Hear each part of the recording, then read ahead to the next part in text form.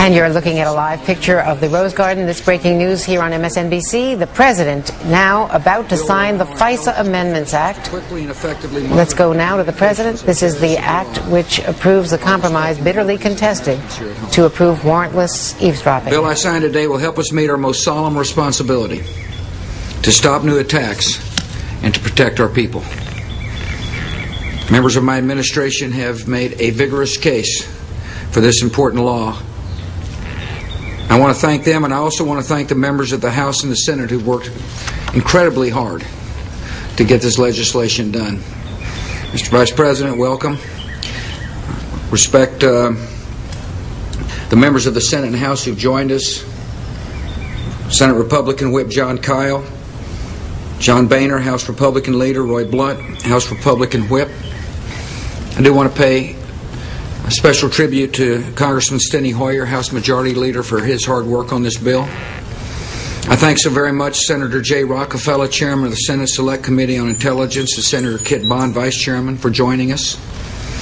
I appreciate the hard work of Congressman Sylvester Reyes, Chairman of the House Permanent Select Committee on Intelligence, and Congressman Pete Hoekstra, Ranking Member. I also welcome Congressman Lamar Smith, Ranking Member of the House Judiciary. I thank all the other members of the House and Senate who joined us. Appreciate your very good work. I welcome Attorney General Michael Mukasey, as well as Admiral Mike McConnell, the Director of National Intelligence. Appreciate other members of the administration who joined us. I want to thank the congressional staff who are here and all the supporters of this piece of legislation.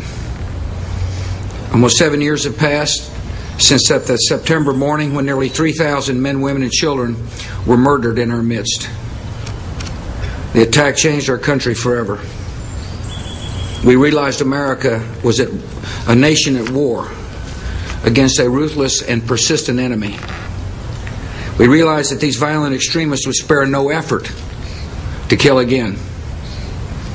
And in the aftermath of 9/11, few would have imagined that we would be standing here 7 years later without another attack on American soil. The fact that the terrorists have failed to strike our shores again does not mean that our enemies have given up. To the contrary, since 9/11, they've plotted a number of attacks on our homeland. Like members standing up here, I receive briefings on the very real and very dangerous threats that America continues to face. The most important lessons learned after 9/11 was that America's intelligence professionals lacked some of the tools they needed to monitor the communications of terrorists abroad.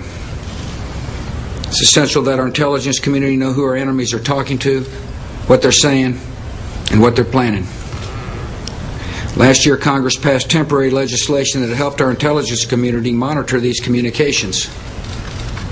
The legislation I'm signing today will ensure that our intelligence community professionals have the tools they need to protect our country in the years to come.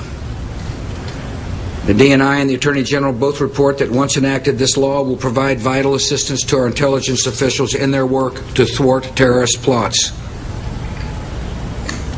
This law will ensure that those companies whose assistance is necessary to protect the country will themselves be protected from lawsuits from past or future cooperation with the government. This law will protect the liberties of our citizens while maintaining the vital flow of intelligence. This law will play a critical role in helping to prevent another attack on our soil. Protecting America from another attack is the most important responsibility of the federal government, the most solemn obligation that a president undertakes. When I first addressed the Congress after 9/11, I carried a badge by the mother of a police officer who died in the World Trade Center. I pledged to her, to the families of the victims, and to the American people that I would never forget the wound that was inflicted on our country. I vowed to do everything in my power to prevent another attack on our nation.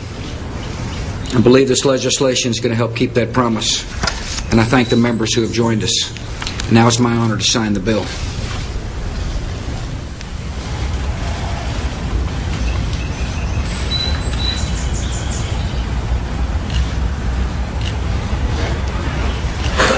The president signing this very controversial bill, a bill on which Barack Obama voted with the majority, Hillary Clinton against. Barack Obama upsetting a lot of his more liberal supporters by agreeing to waive any liability for the telecommunications firms for their past support for governmental work on eavesdropping.